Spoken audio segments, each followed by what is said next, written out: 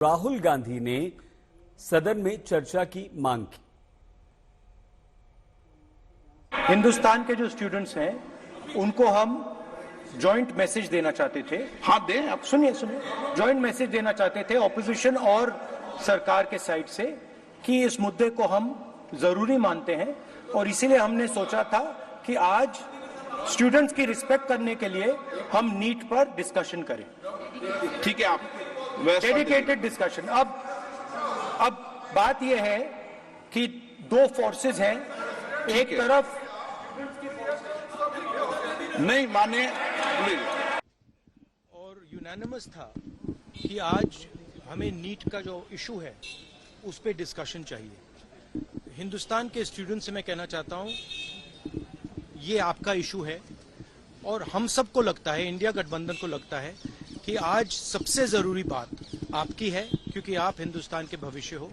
तो हमें लगा कि यहाँ पे पार्लियामेंट हाउस में नीट पे डिस्कशन हो और उसके बाद प्रेसिडेंट्स एड्रेस हो पाए। और मैं रिक्वेस्ट करता हूँ प्रधानमंत्री जी को कि ये युवाओं की इशू है और अच्छी तरह प्यार से डिस्कशन होना चाहिए, रिस्पेक्टफुली डिस्कशन होना चाहिए। हम रिस्पेक्टफुली करेंगे, आप भी डिस्कशन में ज्वाइन कीजिए, आप भी भाग लीजिए और रिस्पेक्टफुली, क्योंकि ये युवाओं का मामला है।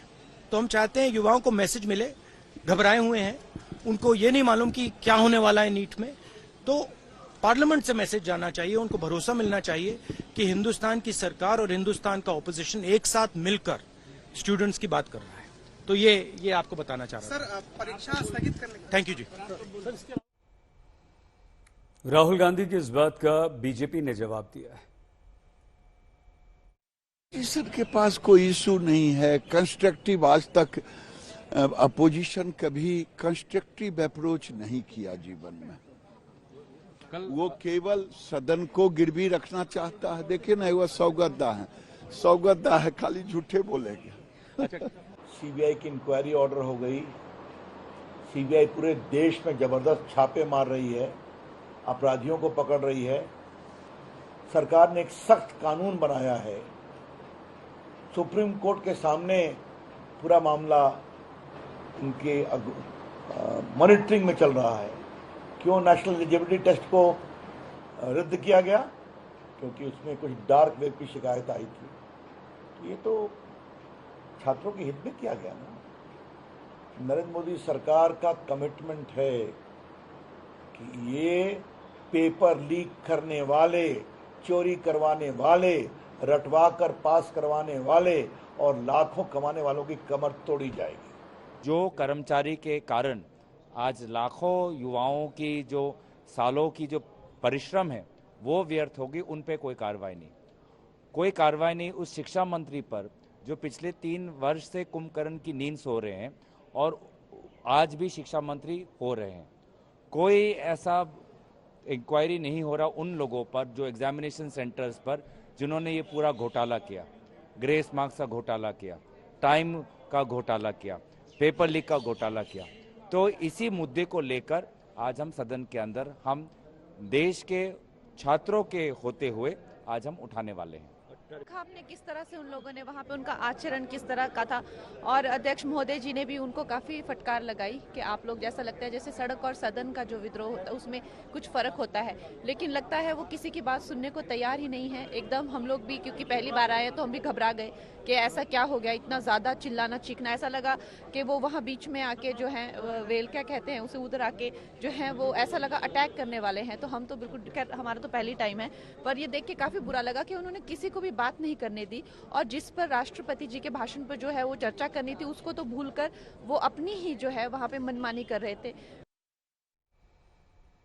पप्पू यादव जो कि पूर्णिया से सांसद हैं, याद कीजिए शपथ लेने गए थे सदन में तो अपनी टी शर्ट पे, अपने शर्ट पे रीनीट उन्होंने लिखवाया था।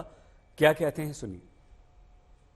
बात करते हैं, हमारे साथ पप्पू यादव साहब हैं, उनसे पूछते हैं नीट को लेके लोकसभा में एडजर्नमेंट हुई है। बिरला साहब कह रहे हैं कि आप वोट ऑफ थैंक्स में आप चर्चा कर सकते हैं जिस मुद्दे पर चाहें, अलग से चर्चा क्यों?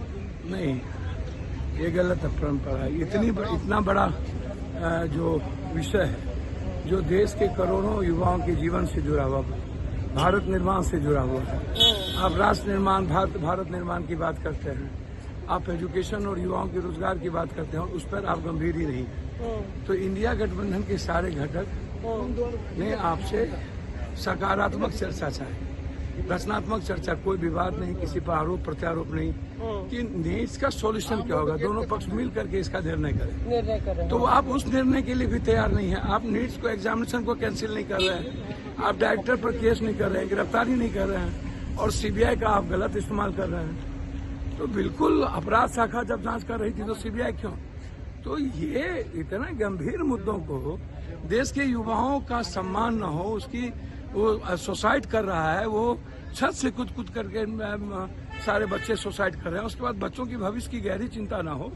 तो ये देश की जो युवाओं की गहरी चिंता थी, इंडिया गठबंधन ने उस चिंता को सबसे पहले प्राथमिकता दिया और सरकार को चाहिए था कि वोट ऑफ थैंक्स जो सरकारी दस्तावेज है वो इम्पोर्टेंट नहीं है, इम्पोर्टेंट है लाइफ लाइन, जो यूथ है, छात्र हैं, और उस लाइफ लाइन से बड़ा कुछ भी नहीं हो सकता, उस पर चर्चा करनी चाहिए। राज्यसभा हंगामे के बीच पूर्व प्रधानमंत्री देवेगौड़ा ने सरकार का बचाव किया।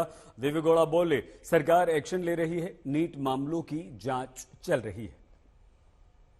All our senior members wants to raise the issue of the NEET. What has happened? Lakhs and lakhs of students are suffering in the country. Is it so easy to fix the responsibility on an individual? The examination has, of course, it has gone wrong, and the government has taken the decision. It is the right decision. The concerned minister, the concerned minister has taken the decision.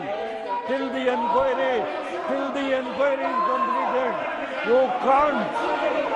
Till the inquiry is completed, you can't take responsibility and damage the image of the government. वहीं JP Nadda ने हंगामे को लेकर विपक्ष को कई सारी सलाह दी।